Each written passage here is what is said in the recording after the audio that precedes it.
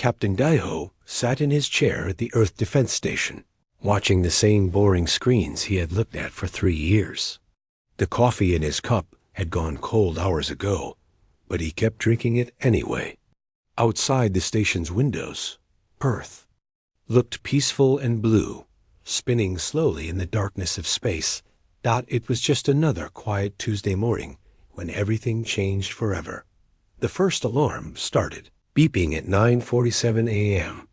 Daiho looked at his screen and saw something that made his blood turn cold. 12 massive ships had just appeared out of nowhere, sitting in space above Earth like giant metal mountains. They were bigger than anything humans had ever built. Each one was the size of a small city. "What the hell are those?" asked Lieutenant Sunho, running to his station. Daiho grabbed his radio. "Command, this is Station 7. We have 12 unknown vessels in Earth orbit. They're huge. I repeat, 12 unknown vessels." Before Command could answer, the ships began to glow. Bright red lights appeared along their sides, and Daiho knew without being told that those were weapons. Big weapons. The first beam of energy hit New York City. Daiho watched in horror as the bright red light touched the ground where millions of people lived and worked. The entire city disappeared in a flash of white light. Where New York had been, there was now only a smoking crater of melted glass. "Dear God," whispered Sun Ho-gat. The alien ships moved fast. Another beam hit London, then Tokyo, then Moscow. Each time, a great city full of people just vanished. The aliens were killing humans like stepping on ants. Dr. Minji was working late in her lab under the Swiss mountains when the ground started shaking. She looked up from her computer screen, wondering if it was an earthquake. Then the emergency. Sirens began screaming throughout the underground facility. "All personnel to emergency stations," a voice said over the speakers. "This is not a drill. We are under attack." Minji ran to the main control room, where dozens of scientists were staring at screens showing the destruction above. Geneva was gone. The beautiful city by the lake had been turned into a pit of melted rock and fire. "Pack everything," Dr. Kongte shouted to his team. "All the research files, all the computer drives. If we're going to die, at least our work might survive." Minji grabbed her most important files, research about quantum physics that might be useful someday. She stuffed them into a metal case and followed the other scientists deeper underground, away from the burning world above. Admiral Wano stood on the bridge of his ship, the Soul's Pride, trying to understand what was happening. His small fleet of Earth's best military ships was racing toward the alien vessels, but he knew they were flying into certain death. "Admiral, incoming message from the alien ships," reported Communications Officer Yemen. "Put it through," Wonho said. A strange voice filled the bridge. It sounded like metal scraping against stone. "Humans of Earth, you will surrender immediately. Your weapons are primitive. Your resistance is useless. Submit now, and some of you will live to serve us." Wonho looked around at his crew. These were good people, soldiers and sailors who had families back on Earth. Some of those families were already dead, killed in the first attack. Others were about to die. "Send them our answer," Wano said quietly. Yemen opened the radio channel. "This is Admiral Wonho of the Earth Defense Force. Here is our answer. Go to hell." The battle lasted 47 minutes. The human ships fought bravely, but their weapons barely scratched the alien vessels. The aliens had shields that turned human missiles into harmless fireworks. Their own weapons cut through human ships like paper. One by one, Wonho watched his fleet die. The Bizen Defender exploded when an alien beam hit its engine room. The Tokyo Guardian broke in half under alien fire. The New Delhi's hope simply vanished when 3 alien ships fired at it together. Finally, only the Soul's Pride was left. Wanho felt his ship shaking as alien weapons hit it again and again. Sparks flew from broken equipment. The lights flickered.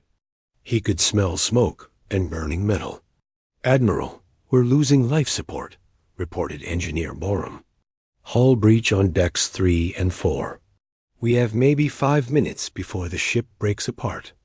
Wanho nodded. He had known this moment would. "Come, open all channels. Send this message on every frequency we have." He picked up his microphone and spoke slowly and clearly. "To whoever is listening, this is Admiral Wanho of Earth. We are dying here, but we want you to know something. We remember everything. Every city you destroyed. Every person you killed. Every child you murdered. We remember it all. And someday, we will make you pay for what you did today." The Soul's Pride exploded 30 seconds later.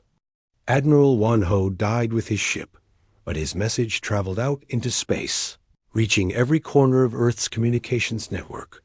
The alien attack continued for 3 days. They destroyed every major city, every military base, every spaceport. They hunted down Earth's few remaining ships and blasted them out of space. When human soldiers tried to fight on the ground, the aliens burned them from orbit. By the 4th day, it was over. 2 billion humans were dead. The remaining survivors crawled out of bunkers and hiding places to find their world destroyed. The aliens had won completely, but the aliens made one terrible mistake. They let some humans live. The Valakari commander, standing in his ship above the burning Earth, was pleased with the quick victory. This had been easier than conquering the last world. Humans were weak and divided, just as his scouts had reported.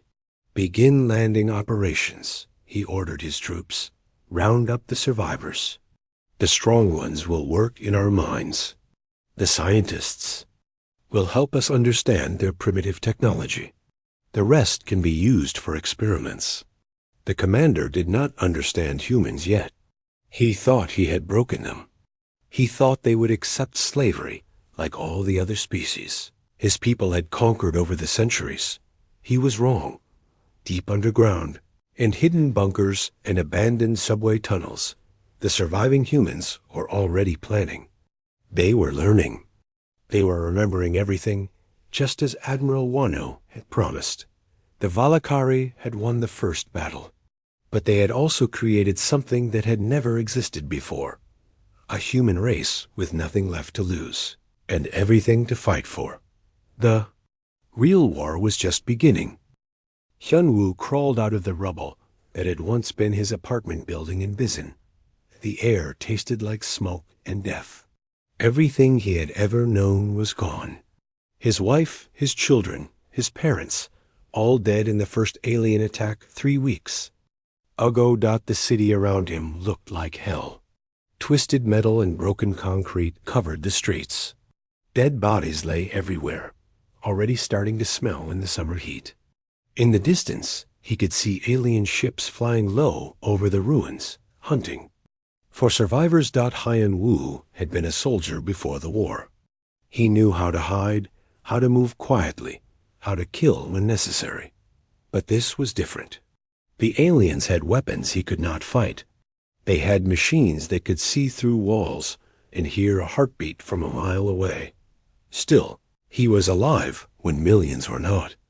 That had to mean something. He found the first group of survivors hiding in an old subway tunnel. There were 12 of them, men, women, and children who had escaped the alien sweeps. They were scared, hungry, and hopeless. "We should surrender," said an old man named Pilsu. "Maybe if we give up, they'll let us live." "They're already killing everyone they catch," replied a young woman holding a baby. "I saw them load people onto ships yesterday. Those people aren't coming back." Hyun-woo listened to them argue for hours. Finally, he spoke up. "I'm going to fight them." Everyone stared at him. "Fight them?" Pilsu laughed bitterly. "With what? They have weapons that can destroy cities. We have nothing. We have anger," Hyun-woo said quietly. "We have hate. And we have something they don't expect. We have nothing left to lose. Across the world, other survivors were having the same conversation. Doctor. Su Yang had been studying animal behavior when the aliens attacked. Now she was hiding in the ruins of Tokyo with 15 other scientists and engineers. They had managed to save some equipment and computers from the university before the aliens destroyed it. We need to understand them, she told her group. These aliens didn't come here by accident. They planned this attack. They studied us first. Dr. Chu Min, who had worked on weapons research before the war, nodded. I found pieces of their ships in the rubble. The metal is stronger than anything we've ever seen, but it's not impossible to work with. Su Yang felt hope for the first time since the attack. If we can understand their technology, maybe we can copy it. Maybe we can fight back. They started small. Every night, when the alien patrols were fewer, they would sneak out to find pieces of destroyed alien equipment. A broken weapon here, a piece of armor there, fragments of their ships that had been damaged in the fighting got. It was dangerous work. The aliens had sensors everywhere. They had machines that could track human body heat and movement. But Su Yang's team learned to be careful. They learned to move like ghosts through the ruins of their city. Meanwhile, in what had been Australia, Jisoo was leading a different kind of resistance. Jisoo had been a police officer before the war. She knew how to track criminals, how to set traps, how to make people tell the truth when they didn't want to. Now she was using those skills against the aliens. Her group had captured their first alien soldier by accident. They had been hiding in an old mine when a lone alien scout entered, looking for survivors to capture. Jisoo and her people had killed it with pickaxes and mining equipment. It's dead, but look at this, said Menjie, examining the alien's body. It has weak spots. The armor doesn't cover everything. Jisoo studied the dead alien carefully. It was tall and covered in gray-green scales. Its eyes were large and yellow, designed for seeing in low light. But most importantly, it was not invincible. If we can kill one, we can kill more, she said. 2. Weeks later, they captured a living alien. The creature fought hard when they cornered it in a cave, but human determination was stronger than alien technology. They broke its weapon and tied it up with mining cables. Getting information from the alien was not easy. It refused to speak, even when they showed it the body of its dead partner. But Jisoo had dealt with stubborn criminals before. She knew how to be patient. She knew how to find what someone feared most. The alien's name was something humans could not pronounce, but they called it Scales. After 3 days without food or water, Scales began to talk. You are insects, it told them. In broken English, my people have conquered 12 star systems. We have destroyed 1,000 worlds. You cannot win. Maybe, Jisoo said calmly, but you're not going home. Scales told them many things. It told them about the Valakari Empire and their history of conquest. It told them about the weapons they used and the ships they flew. Most importantly, it told them about the other species the aliens had conquered. You are not the first, Scales said. The Androrians fought for 50 years before we broke them. The Zenthi destroyed 3 of our ships before we crushed their homeworld. But in the end, they all submitted or died. You will too. Jisoo smiled. Coldly, we'll see about that. In the frozen ruins of Moscow, a young man named Kyungmin was fighting a different kind of war. Before the attack, Kyungmin had been a computer programmer and hacker. He had spent his time breaking into corporate networks and exposing corruption. Now he was trying to break into alien communication systems. It took him 6 months to decode their first message. The aliens used quantum encryption, far more advanced than anything humans had developed. But they had made one mistake. They had been sloppy about security when talking to each other. They thought humans were too primitive to understand their technology. They were wrong. Kyungmin listened to alien communications for weeks, slowly learning their language and understanding their plans. What he heard made his blood run cold. Earth was just the beginning. The aliens planned to use human survivors as slave labor to build ships and weapons for their next conquest. They had a list of other worlds to attack, colonies the humans had built around nearby stars. But there was something else. The aliens were afraid. In their private communications, Kyungmin heard them talking about human resistance. They had expected Earth to surrender quickly, like other worlds they had conquered. Instead, humans were fighting back in ways the aliens had never seen. The humans are different, one alien commander said in a message Kyungmin intercepted. They do not seek to preserve themselves. They seem to prefer death over submission. This is ... troubling. Kyungmin smiled as he translated the message. The aliens were learning something about humans that they hadn't expected. Humans were not like other species. When humans were pushed too far, they became something dangerous. He began working on a way to broadcast messages to other human survivors around the world. If they could coordinate their resistance, they might have a chance. As the months passed, the scattered human groups began to grow stronger. They learned to avoid alien patrols. They learned to steal alien equipment. They learned to kill aliens when they had to. Most importantly, they learned to hate with a cold, focused intensity that even surprised themselves. Hyun Woo's group in Bisan grew from 12 survivors to over 100. They lived in the underground tunnels and subway systems, coming out only at night to hunt for supplies and alien equipment. Dr. Su-Yang scientists in Tokyo made their first working copy of an alien weapon after 8 months of work. It was crude and unreliable, but it could kill an alien soldier. GC's group in Australia captured 6 more aliens and learned the locations of alien bases around the world. They also learned something else. The aliens were not as united as they seemed. Different alien clans competed with each other for territory and resources. Kyungmin established contact with resistance groups on every continent. For the first time since the invasion, humans were working together as one species with one goal. The goal was simple: kill every alien on Earth, then make sure they could never come back. After 2 years of hiding and learning, the humans were ready to begin the real fight. They had weapons now. They had information. They had a plan. But most importantly, they had something the aliens would never understand. They had learned to think like predators instead of prey. Deep inside the Canadian Rocky Mountains, Taeyun was building something that had never existed before.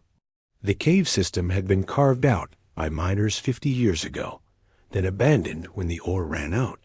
Now it was perfect for what he needed. A place where humans could work without the aliens seeing them. The factory floor stretched for almost a mile through the mountain tunnels. Hundreds of people worked at benches and machines, all of them building weapons to kill aliens. The air smelled like metal and electricity. Sparks flew from welding equipment. The sound of hammers and drills echoed off the stone walls. Taeyun walked through the factory, checking on each workstation. These people had been doctors, teachers, students, and office workers before the war. Now they were all weapons makers. They worked 8 hours a day, every day, because they knew their families were dead, and this was their only chance for revenge. "How many rifles did we finish yesterday?" he asked Min Seok, his production manager. 47, Min Seok replied, wiping grease off his hands. "But we're having trouble with the power cells. The alien energy technology is harder to copy than we thought." Taeyun nodded. They had been trying to build copies of alien weapons for 6 months. The first attempts had exploded in their hands. The second batch had worked for a few shots before, breaking. Only now were they starting to make weapons that could fire more than 10 times without falling apart. "Keep working on it," he said. "Every weapon we build saves human lives." In another part of the factory, Una was working on something much bigger than hand weapons. Before the war, Una had designed passenger aircraft.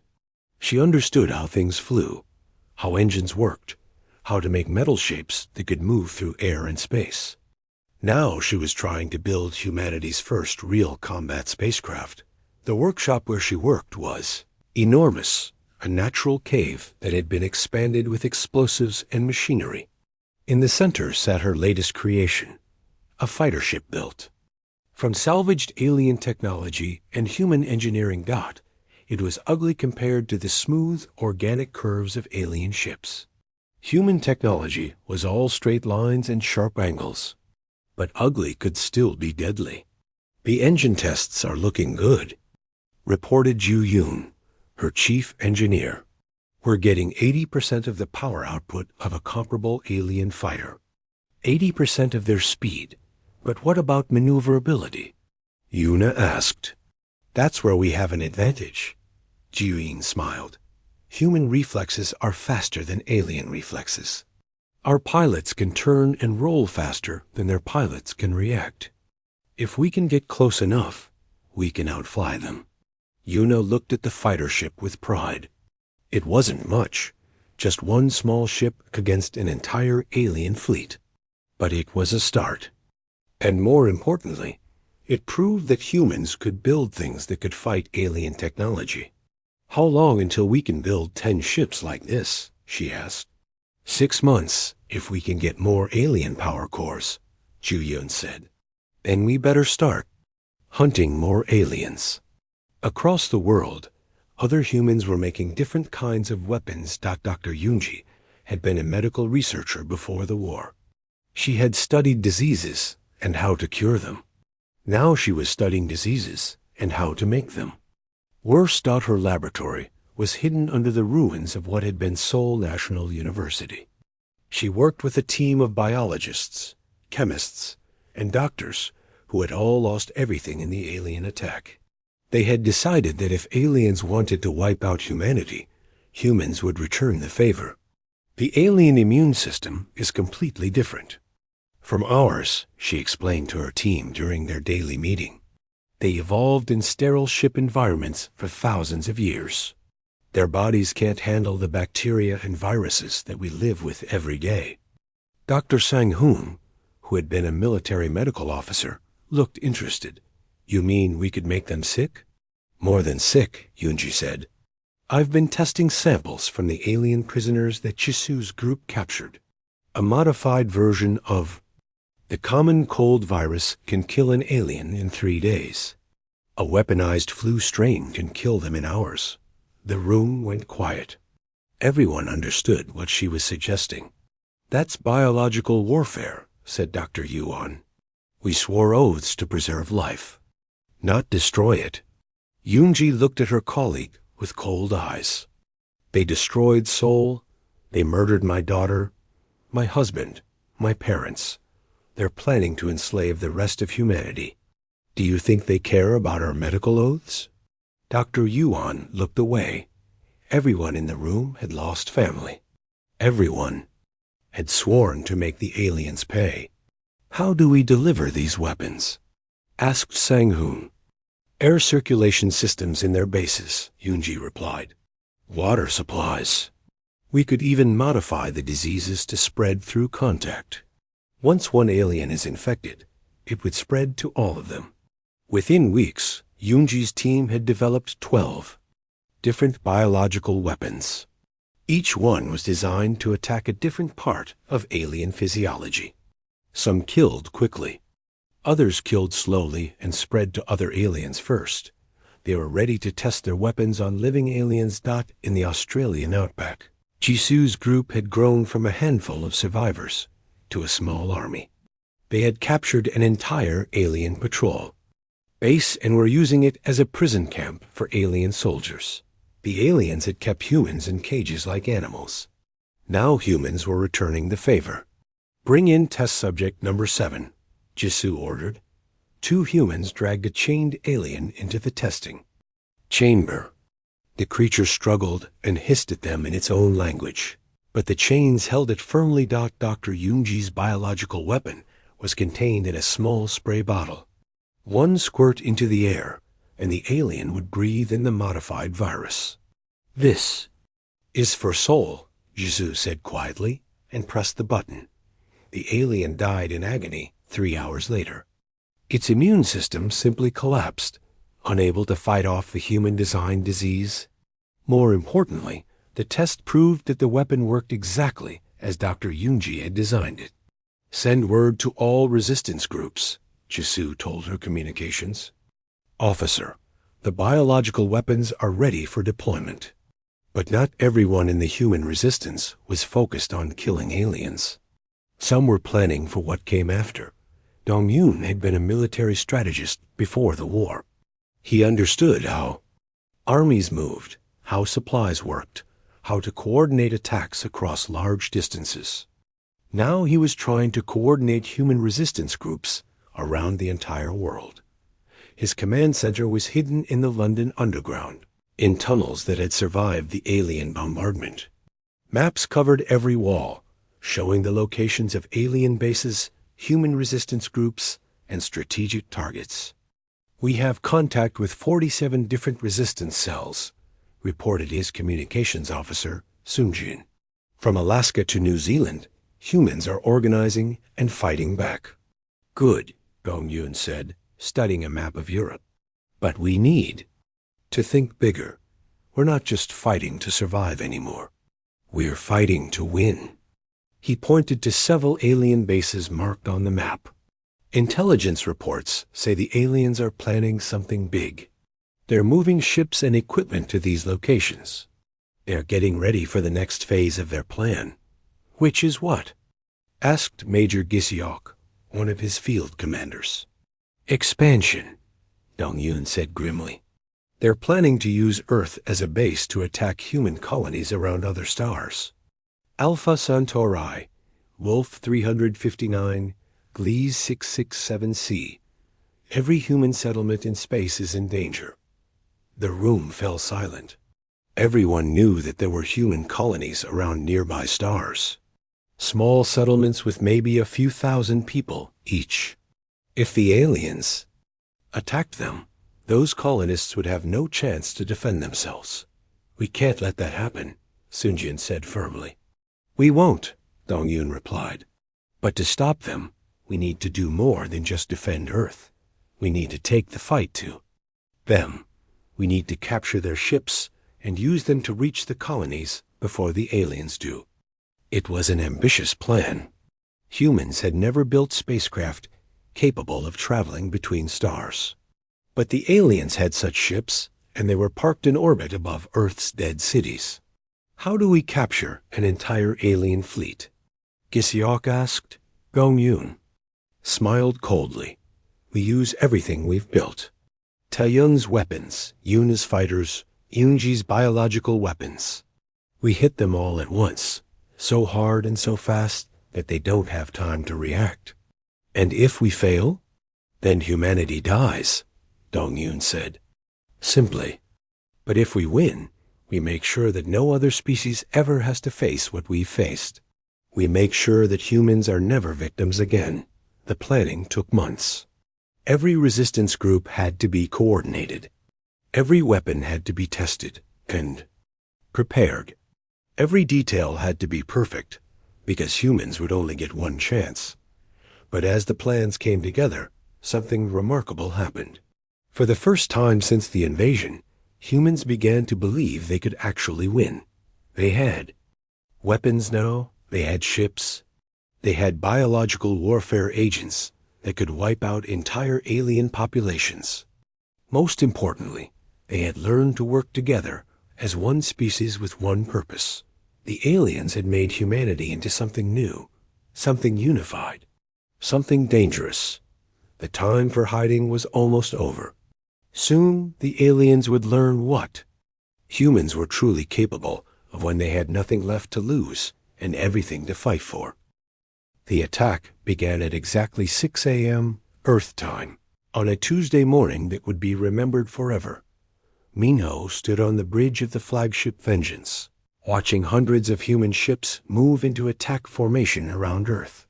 3 years ago, he had been a college student studying engineering. Now he commanded humanity's entire space fleet, 400 ships built from salvaged alien technology and pure human rage. "All ships report ready," announced Communications Officer Dayung. "Biological weapons are loaded and ready for deployment. Fighter squadrons are standing by." Through the main viewing screen, Minho could see the 12 massive alien dreadnoughts, hanging in space above Earth like sleeping giants. For 3 years, those ships had been symbols of human defeat. Today, they would become symbols of alien destruction. "Send the message to all resistance groups on Earth," Minho ordered. "Operation Liberation begins now." Across the planet, humans who had been hiding for 3 years suddenly came out of their tunnels and bunkers. They moved fast and struck hard, hitting every alien base at the same time. In the ruins of Seoul, Hyunwoo led 200 fighters against the main alien processing center. They had alien weapons now, copied and improved by human engineers. They had biological weapons that could kill aliens in minutes. Most importantly, they had 3 years of hate driving them forward. "Remember what they did to our families," Hyunwoo shouted as his people charged through the alien compound gates. No mercy, no prisoners. The aliens inside the base were completely surprised. They had expected broken slaves, not organized soldiers with advanced weapons. Human fighters poured through their defenses like water through a cracked dam. Aliens tried to fight back, but their weapons were designed for ship-to-ship combat, not close-quarters fighting with humans who moved fast and struck from unexpected directions. Within an hour, the base was under human control. "Biological weapons deployed," reported Minjun over the radio. "The air circulation system is spreading the virus throughout the complex." Hyunwoo watched as aliens began collapsing, their immune systems shutting down in the face of human-engineered diseases. It was brutal and efficient. It was exactly what the aliens deserved. In space, the real battle was about to begin. "Enemy ships are powering up their weapons," reported Tactical Officer Jinwoo. "They've detected our approach." Minho nodded. The aliens were fast, but not fast enough. Human ships were already in position around the alien fleet. "All ships, execute attack pattern Delta. Target their command ship first." Seojun led the first wave of fighters in his ship Soul's Revenge. Behind him flew 99 other pilots, all of them people who had lost everything in the alien invasion. They flew ships that were smaller and faster than anything the aliens had ever faced. "Break formation," Seojun ordered as alien defensive fire began filling the space around them. "Attack pattern swarm. Confuse their targeting systems." Human fighters scattered in all directions, moving in patterns that seemed random, but were actually carefully planned. Alien gunners tried to track them, but human ships changed direction too quickly. They moved like angry wasps around the huge alien. "Vessels. I'm going for the command ship's shield generator," announced Pilot Howen. "Cover me." Her fighter dove toward the alien dreadnought, dodging energy beams that could have vaporized her ship in an instant. Behind her, 10 other fighters laid down, covering fire, keeping the alien gunners busy. Hyun's target was a small device on the side of the alien ship, the generator that powered their defensive shields. Human intelligence had identified it months ago from captured alien technical manuals. One good hit would leave the entire ship vulnerable. She fired her missiles at point-blank range, then pulled away hard as the alien ship exploded behind her. "Shield generator is down," she reported. "The command ship is open." That was the signal for the boarding parties. Shanwoo led 50 human soldiers in a captured alien transport ship. They had trained for this moment for months, learning how to fight inside alien vessels. They wore captured alien armor and carried weapons designed specifically for close combat. "Remember the layout," Chen-Wu told his soldiers as their ship approached the alien dreadnought. "Control room is on level 7. Engineering is on level 3. We take both locations and hold them until the ship is ours." The transport ship crashed through the alien hull like a metal bullet. Human soldiers poured out before the aliens inside could react. They moved fast through the ship's corridors, knowing exactly where to go and what to do. Alien soldiers tried to stop them, but humans fought differently than any enemy the aliens had faced before. Humans didn't try to preserve themselves. They threw their bodies at alien positions, accepting casualties to achieve their objectives. "Level 3 secured," reported Sergeant Minkyung over the radio. "Engineering is ours. We're taking control of their power systems now." "Level 7 is ours too," announced Lieutenant Jiseok. "We have their command center. The ship is under human control." One by one, the alien dreadnoughts fell to human attack. Ships that had seemed invincible 3 years ago were being captured or destroyed by the same species they had tried to enslave. The space battle was only part of the liberation. On the ground, Sanha coordinated uprisings in every alien prison camp on Earth. Humans who had been kept in cages for 3 years suddenly found their guards collapsing from biological weapons. Prison doors that had been locked for years suddenly opened as human hackers took control of alien computer systems. "Camp 7 is liberated," Sanha reported into her radio. 2,000 human prisoners freed. All alien guards are dead. Similar reports came in from around the world. Paris, Berlin, Sydney, Tokyo. Everywhere aliens had built prison camps. Humans were breaking free and taking control. The aliens had thought they understood humans. They had thought humans would accept slavery like other conquered species. They had been completely wrong. Dr. Ina watched from her mobile laboratory as the biological weapons she had designed spread through alien positions. The creatures, who had shown no mercy to human civilians, were finding none in return. "Virus deployment is 97% effective," she reported to command. "Alien resistance is collapsing on all fronts." It was more than victory. It was revenge on a scale that had never been seen before. But even as Earth was being liberated, new dangers were appearing. Sangul, monitoring alien communications from the Resistance Command Center, intercepted emergency signals being broadcast into deep space. The dying aliens were calling for help, sending distress messages to their home worlds. "We have a problem," he reported to Dong Yun. "The aliens are calling for reinforcements. Their main fleet is already moving toward Earth." Dong Yun studied the intelligence reports with growing concern. The alien fleet approaching Earth was 3 times larger than the invasion force they had just defeated. It included ships from 12 different star systems, all coming to crush human resistance once and for all. "How long until they arrive?" he asked. 18 months, Sangwoo replied. "Maybe less if they push their engines hard." Dong Yun looked around the command center at the maps showing their victory. They had liberated Earth, but the real war was just beginning. The aliens were bringing everything they had to finish what they had started. "Send word to all fleet commanders," he ordered. "We're not staying here to fight a defensive battle. We're taking the fight to them." Minho received the orders while standing on the bridge of his captured alien dreadnought.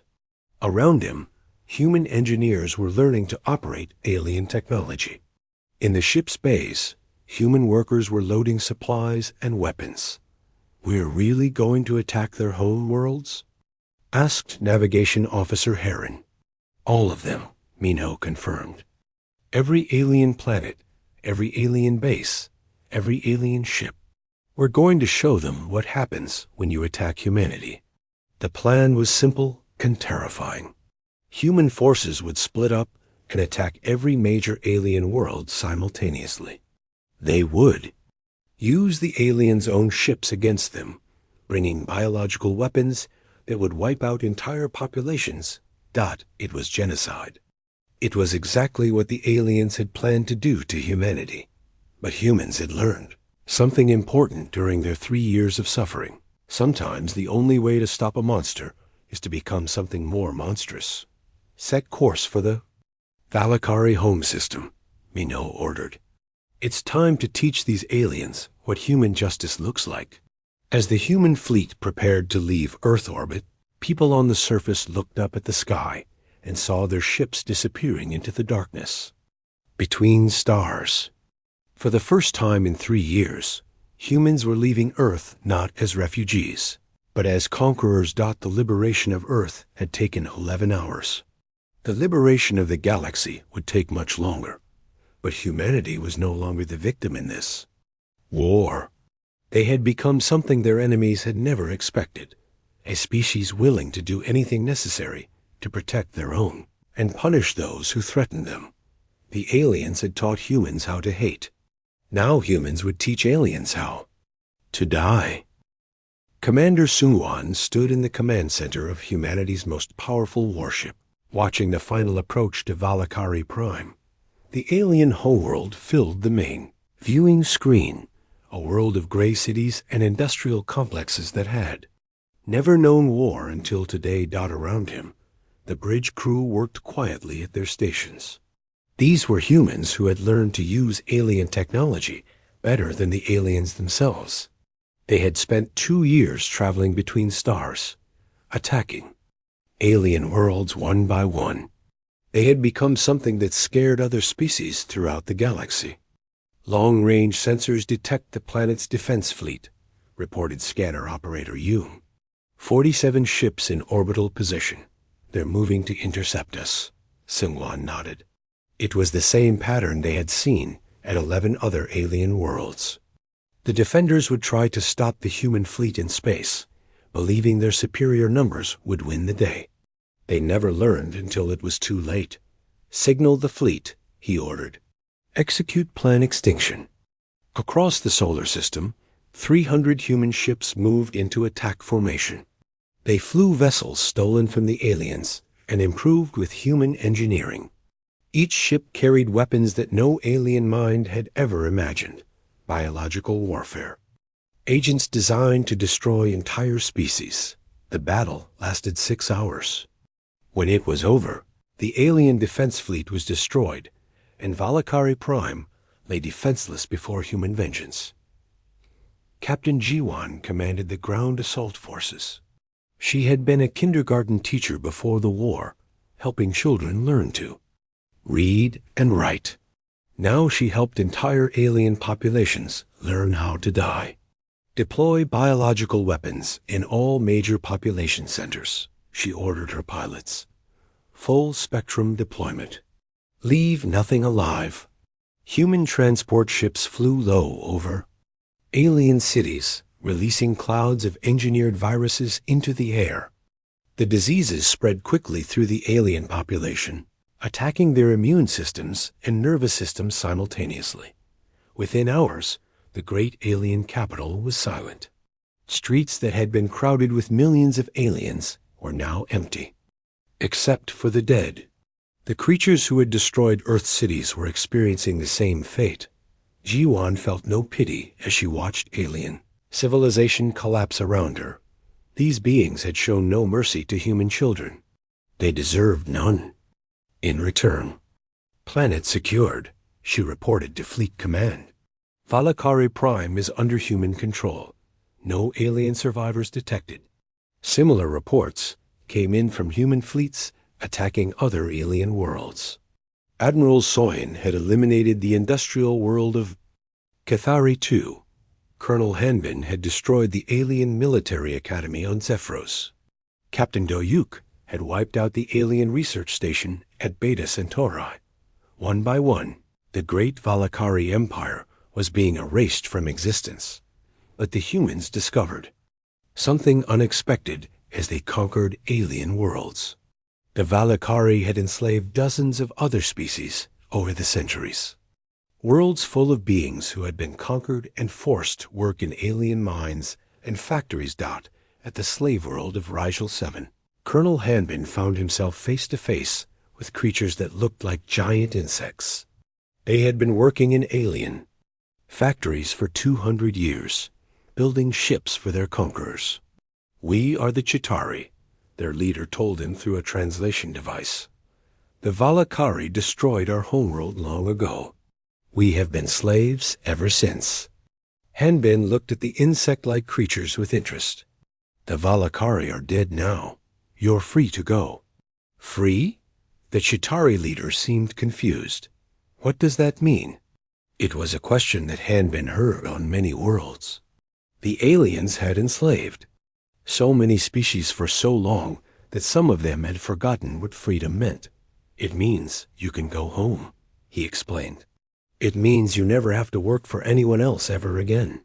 The liberated species reacted differently to human conquest. Some were grateful and wanted to help. Others were afraid, having heard stories about human biological weapons and the complete destruction of alien worlds. But all of them understood one thing: humans were not like any species they had ever encountered. Humans fought with a cold efficiency that even scared their allies. Dr. Cho Yoon, now Earth's Secretary of Xenobiological Affairs, oversaw the final phase of the human war against the Valakari. It was not enough to simply defeat the aliens. Humans wanted to make sure they could never threaten anyone again. "The biological modification program is ready for implementation," she reported to the Human High Command. "We can alter Valakari genetics to remove their aggressive tendencies while leaving them capable of basic survival." It was not genocide in the traditional sense. The aliens would live, but they would be changed forever. Their children would be born without the drive to conquer and dominate that had made them dangerous. "Do it," ordered High Commander Minwoo. "But make sure they remember what happened to their empire. Make sure they know why they were defeated." On the few worlds where Valakari survived, human scientists worked to rewrite alien genetics. The creatures who had once conquered 12 star systems would become peaceful farmers and artists. Their warships would be dismantled. Their weapons would be destroyed, but they would remember. Human historians made sure that every alien child learned about the Valakari Empire and how it had ended. They would know that their ancestors had tried to destroy humanity, and they would know exactly what happened to species that threatened human civilization. The war ended not with a great battle, but with silence. Admiral Wano, who had survived the destruction of his first flagship years earlier, now commanded humanity's expanded fleet from the Bridge of the Never Again. His ships patrolled the galaxy, making sure that the lesson was understood by every species they encountered. "We've received a delegation request from the Andraxian Consortium," reported his communications officer. "They want to establish diplomatic relations with humanity." Wonho studied the message with interest. The Andraxians controlled 17 star systems and had been neutral during the war. Now they wanted to talk to the species that had destroyed the Valakari Empire in less than 2 years. "Tell them we'll meet," he said, "but they come to us. We don't negotiate from a position of weakness anymore." The meeting took place in orbit above Earth, on board a human ship surrounded by the rebuilt cities of humanity's homeworld. Representatives from dozens of alien species came to hear what humans had to say about the new galactic order. Ambassador Jinan, representing humanity at the gathering, was calm and polite as he addressed the assembled aliens. But everyone present understood the threat behind his words.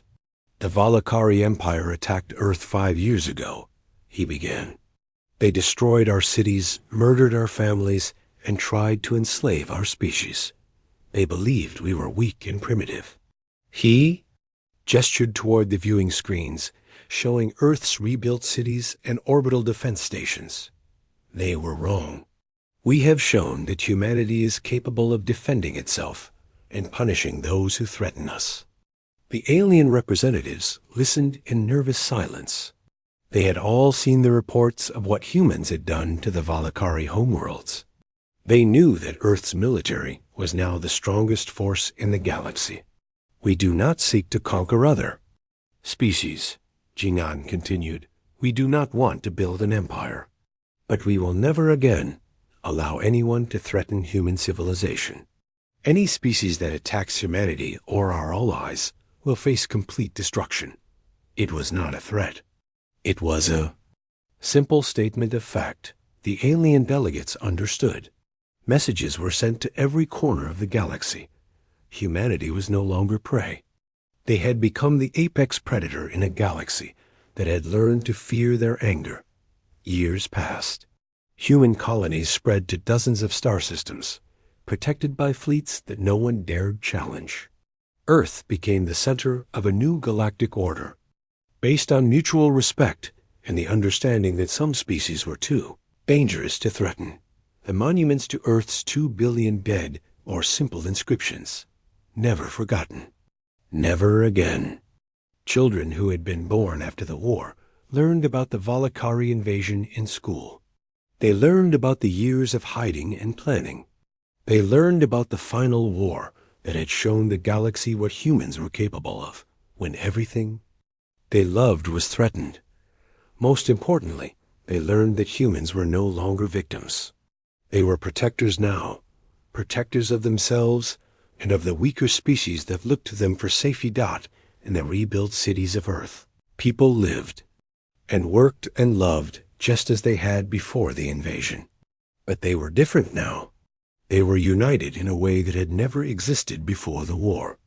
They were one species with one purpose: to make sure that what had happened to Earth would never happen to anyone else. The galaxy was peaceful now, but it was a peace built on the understanding that humanity stood ready to defend it.